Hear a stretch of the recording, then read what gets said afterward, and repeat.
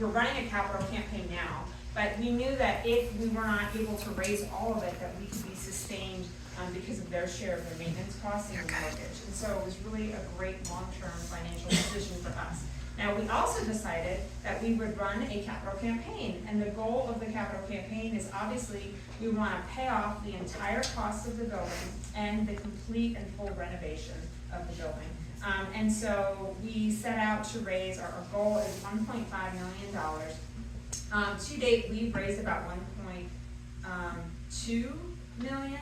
The vast majority of the money has actually come from corporations, foundations, and grants. So the first part of the campaign, for all of you who've done capital campaigns, is you have your quiet phase that you're trying to raise your 80% in the front. We just applied to everybody, all the foundations, to try to raise the money because we felt like the volumes we'd be able to serve would justify the cost, and so we were right, and we've had a lot of our community partners come through. We've also had some churches contribute, we've also had some individuals give, all of our staff have given, all of our board members have given, but we're actually about to launch into the public phase of the campaign. So I know that that's kind of opposite. We didn't wait to do our capital campaign to buy this building and renovate it and move in.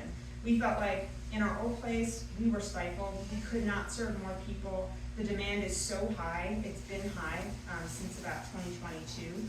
And so we just felt like, we're here to serve. We're just gonna do this, and we're gonna have faith that people will come in behind us and allow us to do the work that needs to be done.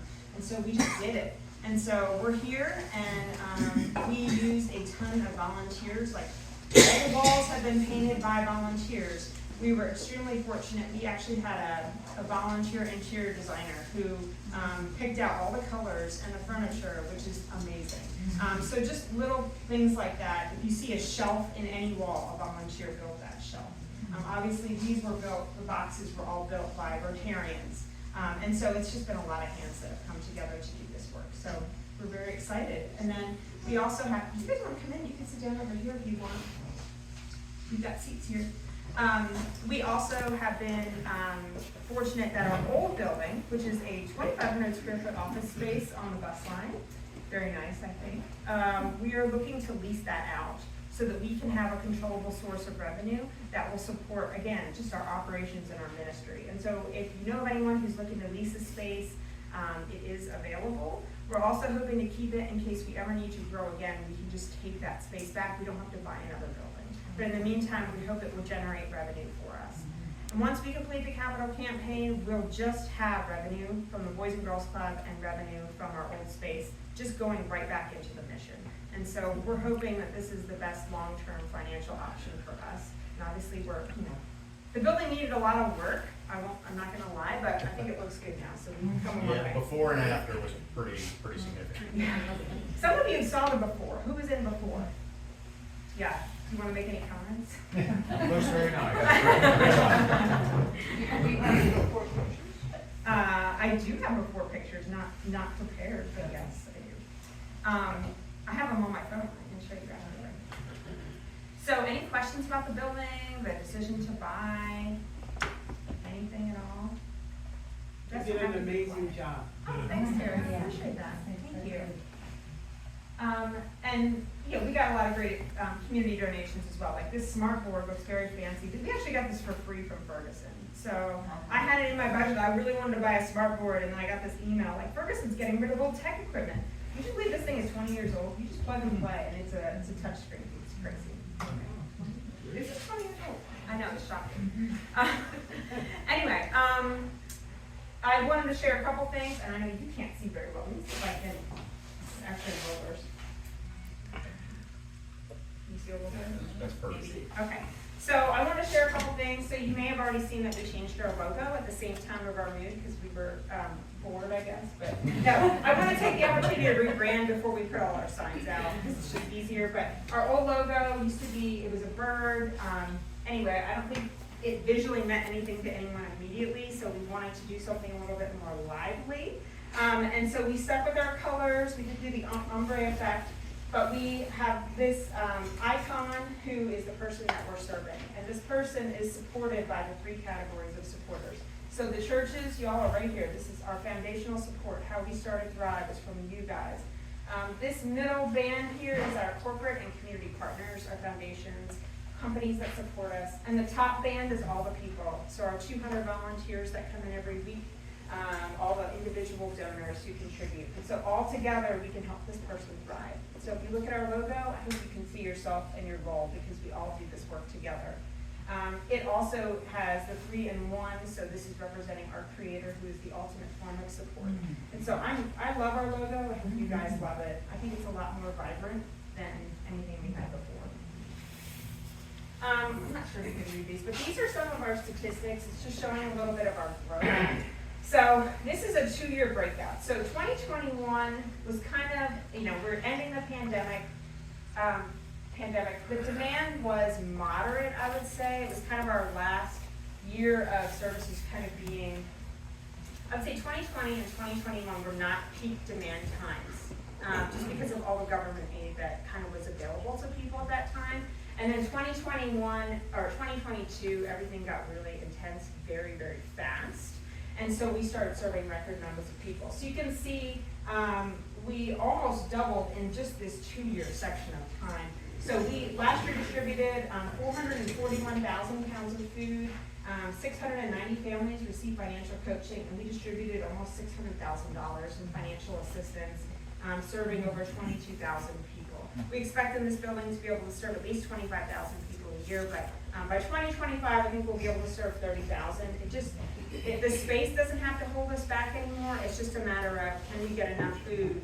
Can we get enough funds? Because all of these things, of course, you can't give out $600,000 if I don't have it. And so as many donations as we can, we just don't have the limitations of a building anymore. A lot of people ask me, where do we get our funds from? 27% of our income is grants. So we go out and we reach out to corporations, foundations. We have folks who help us with that, luckily. And so it is a big form of our support. Oops. Look how fancy this is, you guys.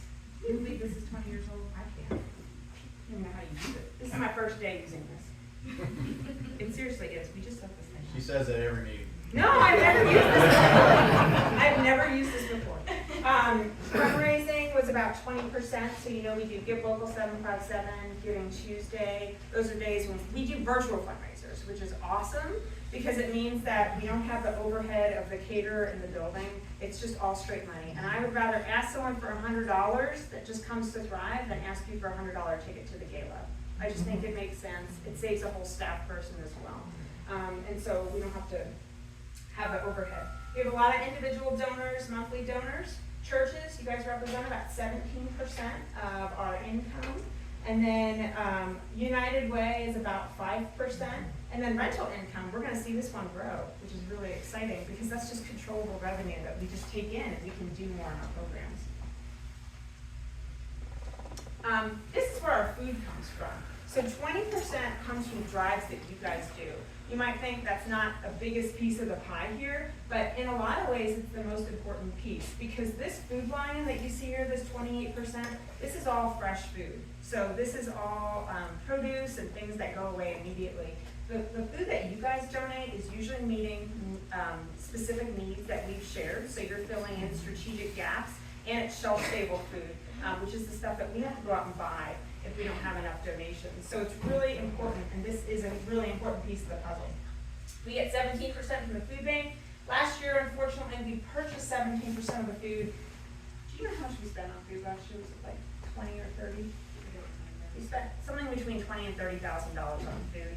And like 3 years ago, we were spending like $500 on food. So that tells you how dramatic it's been. Because we just have to keep filling the shelves to keep moving.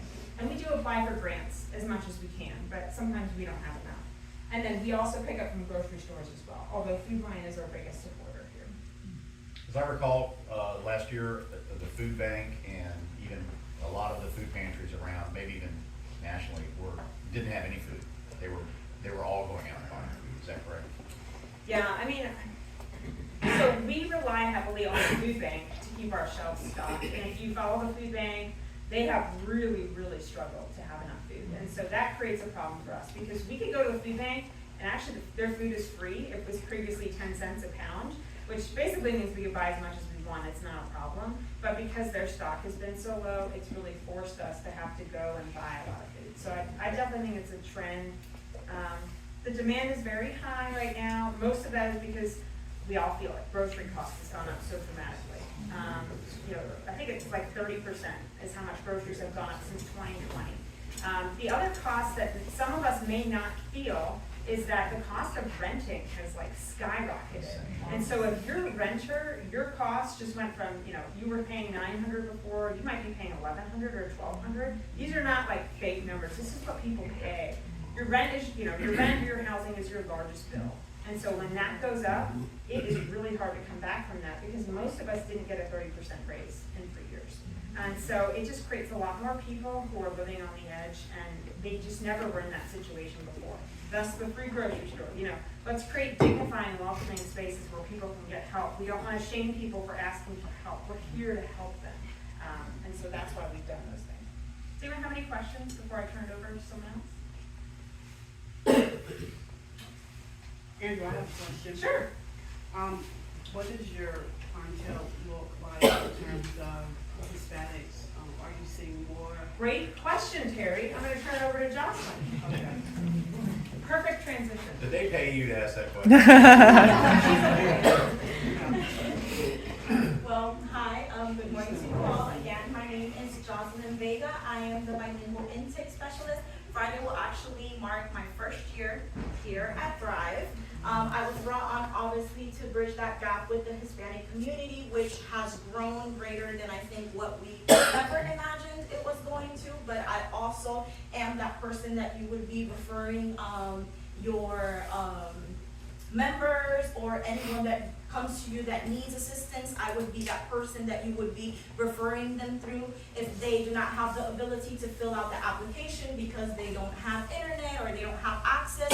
I can go ahead and I can assist them and I can do that application on the phone with them. If not, I can just guide them through the process of going online and filling out the application. If you don't refer them to me, like send me an email, give me all of their information, you can tell them that when they fill out the application, there's a portion where they can put who they were referred by. And I am the one who receives the application, prints them out, goes through them. So when I see that it's a church partner application, we automatically set them aside to take a further look into that application. If you do not have my email before you leave, you can write down my email and you guys can just contact me. You can call me as well. I can give you my direct line and I'm here to serve as best as I can. If you have questions later on about the financial portion, even in the pantry, I also provide assistance. If someone Spanish speaking comes into your church, you don't really know where to guide them to, I am here to serve and you guys can contact me at any time. I already explained how to make the referrals. It could be either you calling me. I even have some church partners that they come here. They're like, hey, Jocelyn, I have another one. So you guys are more than welcome to come in, give me a call or by email. If not, you can just let them know that when they fill out that application, make sure they either put your name or they put the church's name so that we know. Okay? And who is eligible for financial assistance? So one of our eligibility requirements is that they have to be employed. There has to be employment. Another requirement for eligibility for financial assistance with us is that, and this sometimes becomes a little bit confusing, after they've paid their rent, they have to have at least $500 left. As Tammy, if you guys, when we spoke with Tammy was explaining, obviously everybody's circumstance is different. We're willing to always take a further look. It's not always what it looks on the paper. It's not always what it seems on the application. Sometimes they have a story and we do not have any problem in giving them a call and just digging a little bit deeper into that and potentially providing the assistance that they need. So don't shy away from, hey, just go ahead, go to Thrive and see what can happen, okay? We only provide assistance with one bill. So for example, if someone is moving in and it happens a lot, they're trying to move into a new apartment, they don't have money to pay deposit and to pay the month of rent, right? Sometimes that can be pretty pricey, as Angela was explaining. We have seen it. I've seen people that they write in the comment section, my rent went up $400 just Just because. And $400 might not seem a lot for some of us, but for them, it's like, this is gonna entirely change the way, you know, that I live my day to day. So, in that, oh my God, what was I saying? Wait. I completely lost my train of thought. Okay, so, what was I saying, Angela? One bill. Oh, yeah, one bill, there we go, thank you. Oh, thank you, Caroline. One bill, so we only provide assistance with one bill. Again, so if they're trying to move into a new apartment and it's deposit and the first month rent, we can only do one. Okay, but always give me a call if you have any further questions. And as it says here, we're providing accessibility to our Spanish-speaking community. Again, when I started, I explained to the group that I was guiding, we probably had maybe 5 or 6 consistent Spanish-speaking clients. That number has gone up. This week alone, I think I have about 15. As of right now, we only have 1 volunteer that speaks Spanish. So, yeah, and she just started recently, but she's really, really helping me out. So if you know anyone that knows Spanish, bring them our way. We're looking for volunteers that speak Spanish. Does anybody have a question? Yes. What is your turnaround time in assisting people? For example, you have a person who has a disconnect notice of tomorrow. What's your turnaround time? We do not have same day emergency. Not same day. So what is your turnaround time? So typically when they fill out the application, it lets them know that it'll take about 3 days for us to respond to that, to let them know if they are eligible or not. So that in itself takes about 3 days because we have to physically go through every single app. Just a few months ago, we were receiving 40 to 30 applications per day. And we have to look at every single one of them. So, and as Tammy was explaining earlier, you know, we wish we could help everyone, but the reality is we just can't help everyone, so. Is this a once a year option for someone or once and done period? or Yeah, how does it's that work? every 3 years that they can receive assistance with Thrive, Got it. every 3 years. Anybody else have a question? Something that would expedite it, if you are working with someone yourself and you're sending them to Thrive, I suggest that you really empower them to get all of their documents in order before, because that will expedite their processing.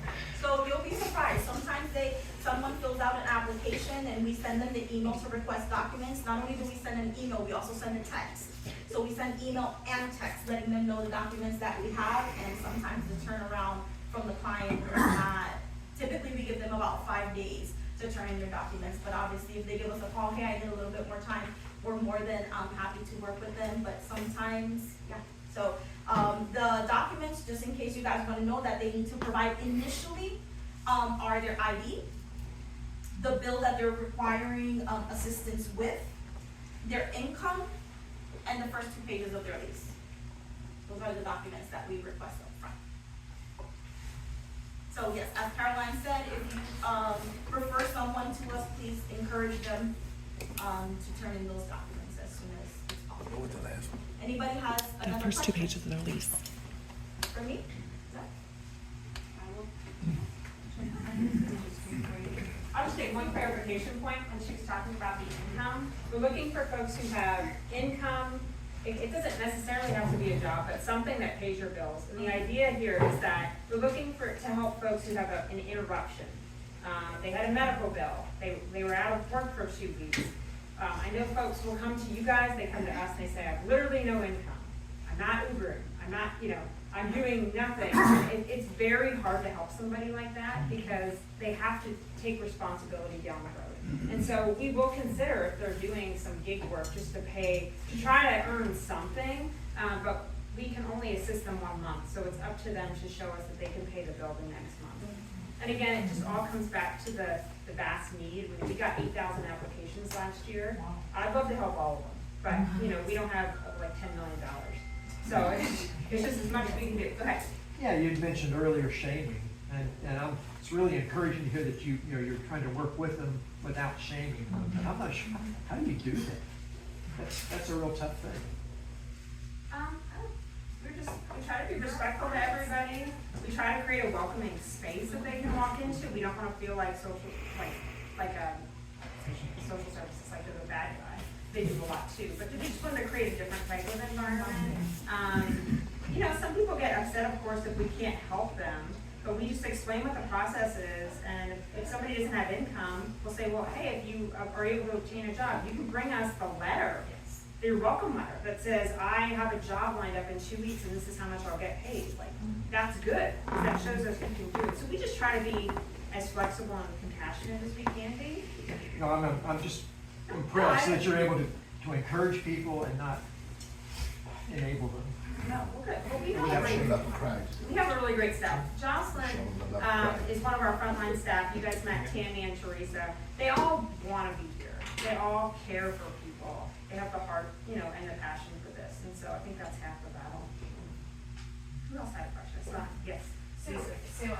So the vast majority of people that you're serving are ALICE, or asset limited, income restricted employee. Yes, yes, so the term she used is ALICE, it's coined by the United Way, and it basically is folks who are the working poor, they're living paycheck to paycheck. They might be bagging up your groceries at the store or waiting on your table. They're doing hard work every day, they just aren't making enough to put away any extra savings, and so if anything happens, they're in trouble. And so we wanna come behind those people, and we wanna help them remain stably employed and housed. Gary, do you have a question? Yes, do you have any programs for seniors? If they don't have a job, got limited income, but they still need help? So in seniors, that is a good point. So they don't have to be employed necessarily, they can have income, like social security or something like that. That counts as income. But I don't have a long-term support for them. So if, you know, if their income is $1,000 and the rent is $1,200, you know, it's, unfortunately, there's not much I can do. We could refer them to the AARP employment program if they're able to work part-time, but honestly, I don't have a long-term solution for seniors. And that's just honest. I wish I did. It's really hard out there for a lot of people. Any other questions? All right, Jen's up. No, Caroline. Good pause. Good pause. All right, everybody. Hello. I'm Caroline. I am the Director of Development. I do a lot of behind the scenes and help Angela facilitate a lot of the funding programs. We have quite a few things exciting happening. We've got a lot of them have already been mentioned. Our two main fundraisers are Give Local and Giving Tuesday. They are the online kind of exciting days of giving that we have done for quite some time now, probably 7-8 years. So those two main fundraising days, one is in April 23rd, and the other is December 3rd. Giving Tuesday is always the Tuesday after Thanksgiving.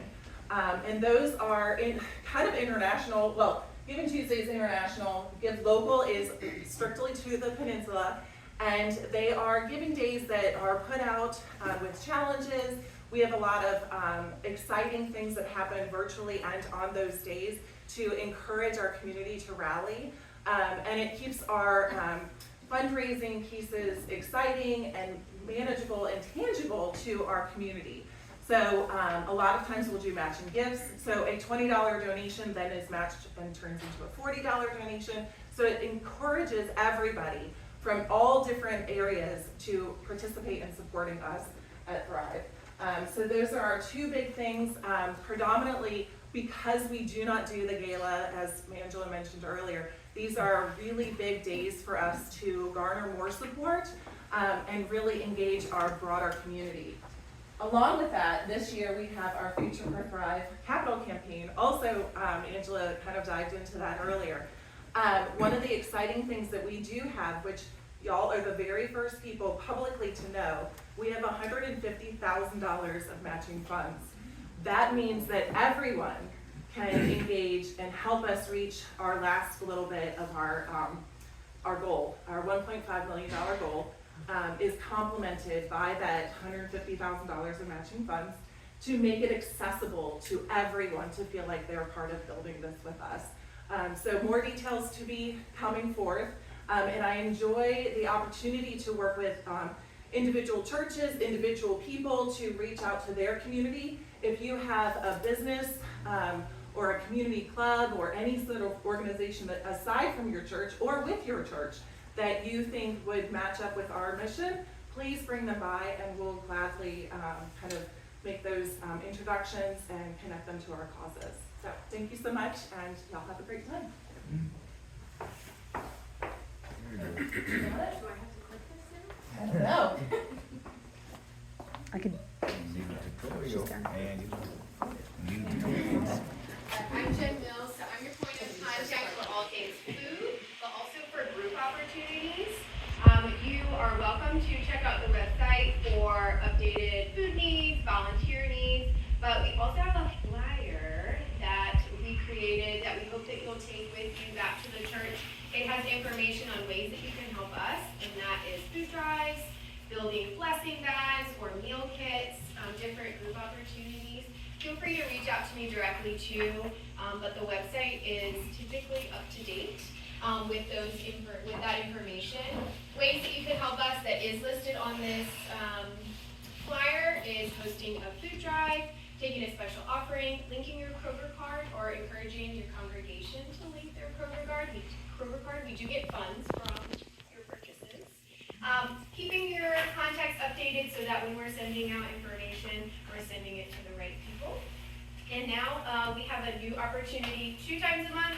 We're offering extended hours, our Thursday night drives, where groups can take over that night so that we've got extended hours for clients who work during the day. And so groups are taking over those nights. They're covering all the different positions so that we can operate the market in the evening. We are booked out into June, so if you're interested in that, I'm your point of contact for Angela or Caroline as well. How big do the groups need to be? 8 to 10 people is what we're asking for. We can run it in about six people, but 8 to 10 is a happy number, and it's from 5 to 7 on the 2nd and 4th Thursday of the month. Question? Do you have age limits for that, of what age volunteers you can be? We have had children accompanied with adults. Typically, we ask for 16 and older, but we have had, for these Thursday nights, we have had children, and, they're cared appropriately. Are they still doing the poker game afterwards on Thursday night? You'll have to check the calendar. So we do have these flyers. I encourage you to take one or take a few back to the church. I can send this out by email as well. Those who are not here, I'll send it to you. You can send out everybody, that way we can post it in our flyer. I can do that. Thank you.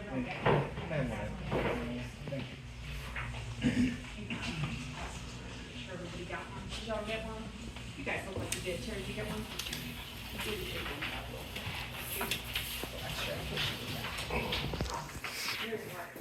On the back of the form or the front of the form, one side of it is more information on how people can receive help. So it's double-sided.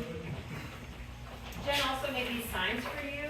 You all probably know we have beautiful red buckets in case you want to do any kind of drive. But you don't have to use our buckets. You can use whatever you want, whatever bin. So she's got signs you can just take with you today if you're looking to do a food drive.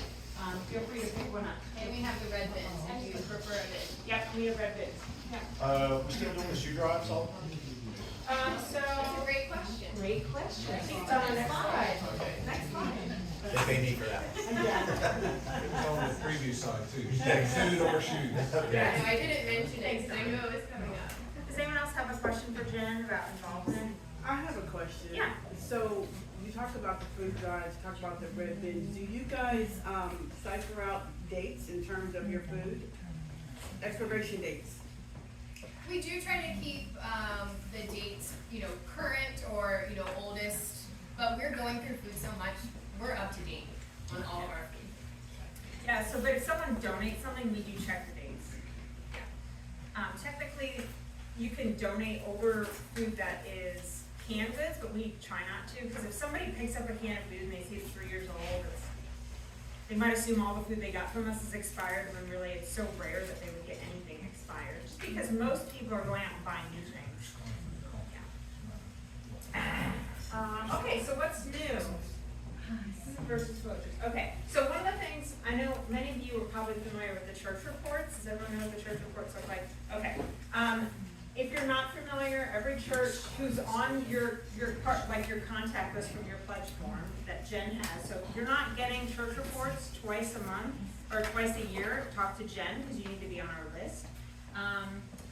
But your church reports would show things like how many pounds of food you have, and it would also list out the specific items that you would donate. So for instance, John just walked away, but Lebanon Christian is amazing at donating all toiletries, blessing bags. You guys are like gold star. It's amazing how much they distribute, they donate to us. But one of the things we're changing on those reports is we're no longer gonna log toiletry donations separate from our food donations. And so what that just means is you're gonna have one number. So if you donate blessing bags and food, it's just gonna be by the pound. I know that that is not as convenient for you guys, so I would just recommend just count your things before you bring them in if you want that log. But the reason we're doing that is for efficiency. We found that it took us a lot of time to separately log all the toiletry items, all the blessing bags. We have to keep an inventory then. It's just a lot of overhead for us, and I try to keep our overhead as minimal as possible so we can just do more in the community. And so everything will just be weighed in, so you'll get a total weight of all your food and toiletries. So I know it's not super positive news, but just know to just count your own things if you want to keep your own tablet. I wanted to mention that something, I think we kind of mentioned it before, but we're really fortunate at Thrive that we've attracted a lot of highly skilled volunteers. So we have our typical 200 volunteers who come in a week, but we have had some folks who have helped us in really specific ways. I think I mentioned to my group, at least, we have a graphic designer who's now been volunteering with us. We have somebody who has her own social media company who's been helping us on giving days as a volunteer. We have Jeff from Seaford Transfer who goes to Zion, and Jeff has moved us. He moved us here for free. He moved the freezer doors. Where? I'm animated, I guess. But he's helped us in a lot of really specific ways as well. For Warwick Mechanical, I can count them as volunteers. They ended up donating a very large portion of the HVAC work they did around our building. And so, yeah, it was a huge blessing to us. And so we also have a number of handy volunteers that have been building things. Like I have one volunteer who's building us shelves. That's why we have tape on the walls. We have a volunteer who actually offered to remove our popcorn ceiling, bless his heart. You can see when you walk through the volunteer room and right outside Jocelyn's office, that all used to be popcorn ceiling. And he offered, I didn't bribe him or anything. He was like, do you want me to take care of this for you? I was like, yes, thank you. We also have a group, I don't think Kirkwood is here, but they replaced all the lighting in our lobby for us for free. And so we've just been really fortunate to have folks. And Stuart has done painting for us and a lot of other folks. And so I'm just really excited to have a lot of skilled people helping us because that is all a lot of things that nonprofits end up paying for that we don't have to. We also have an amazing tech team. We actually have 2 people who set up new computers for us, order tech equipment, they'll come in and troubleshoot. Again, it's not super typical for charities to have that many skilled people, so we're just really blessed here. Yes, this really says solar panels. You might be like, what? These people got crazy. But I have a quick story. So one of the things I'm all about is efficiency, if you haven't noticed. And I was giving a tour to a donor who had a family foundation. And I showed them the whole building. And at the very end, I made a side comment and I said, wouldn't it be awesome if we had solar panels because then we could reduce our energy costs? And he looks at me and he goes, I'm funding your solar panels. I was like, oh, okay. So I know solar panels, you might get advertised too on Facebook about them and be like, is this a scam? But it's not when someone pays for them for you because they're gonna cover the entire cost of the solar panels and then we'll just have reduced energy costs for the next 30 years. And so there's really no downside to it. And so we're estimating to save about 50% on our electric bill, which is always our highest bill, but I suspect it will be a little higher. They usually try to underestimate.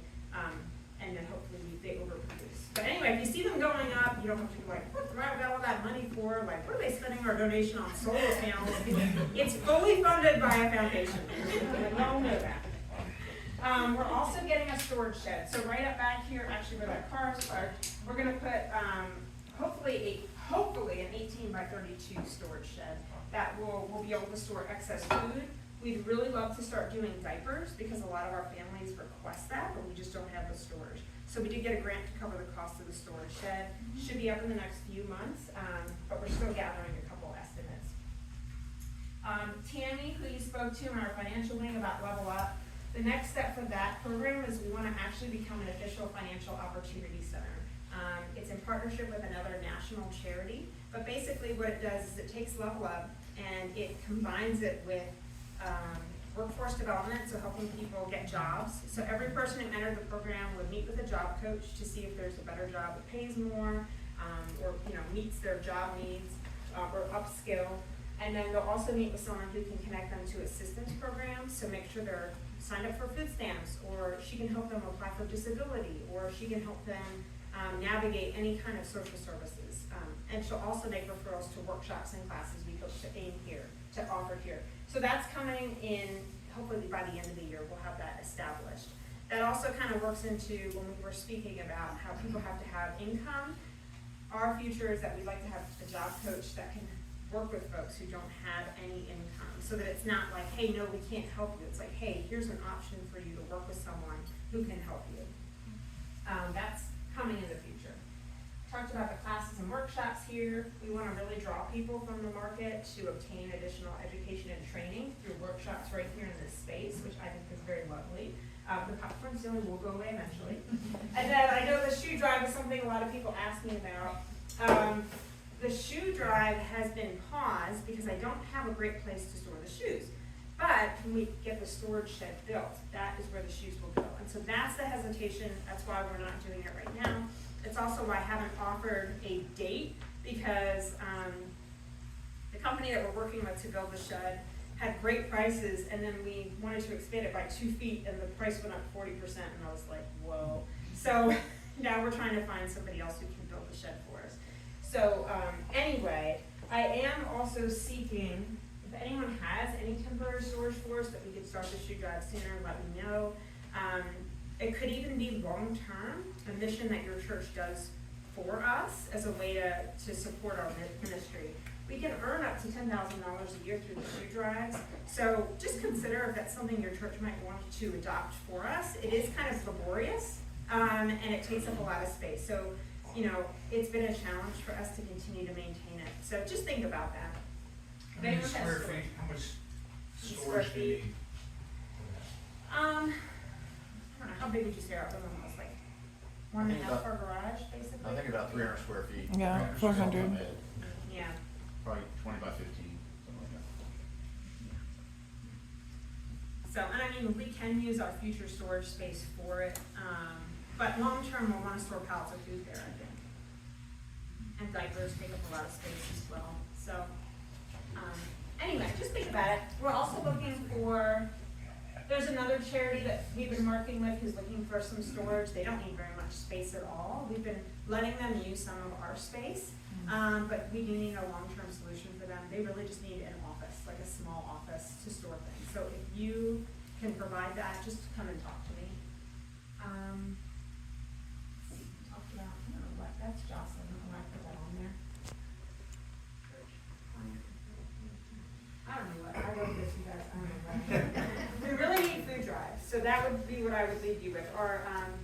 Our food ministry has been slammed. We are getting tons and tons and tons of requests. So every day, we post appointments and they are booked up within 15 minutes. And we can continue to expand our hours. We can always, it feels like we can always get more volunteers, but we have to have the food. So if your church is willing to do a food drive for us or an extra food drive for us, I can't oversay how important that is to us. Obviously, some of you have your own food ministry, but if you're willing to do an extra drive, please do. We keep our website very up to date with our most needed items. So, does anyone have any questions? I have a slide of contact information, but I guess I don't. It's all on the sheets. Your contact information. Any questions? I know it's 9:30, so. What's been your increase in output in the number of clients served here versus the other location? Or ability? Do you know my answer? Perfect. Yeah.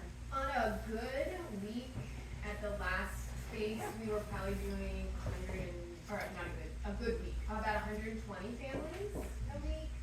Sometimes we could get up to 150, but we're closing in on 200 a week here, and that's with people not showing up or canceling, and so we had the capacity to see probably about 200. And then when we add, I mean, ideally, long-term, we'll add more evening hours, and that just is the way to increase the hours. Any other questions? Rob?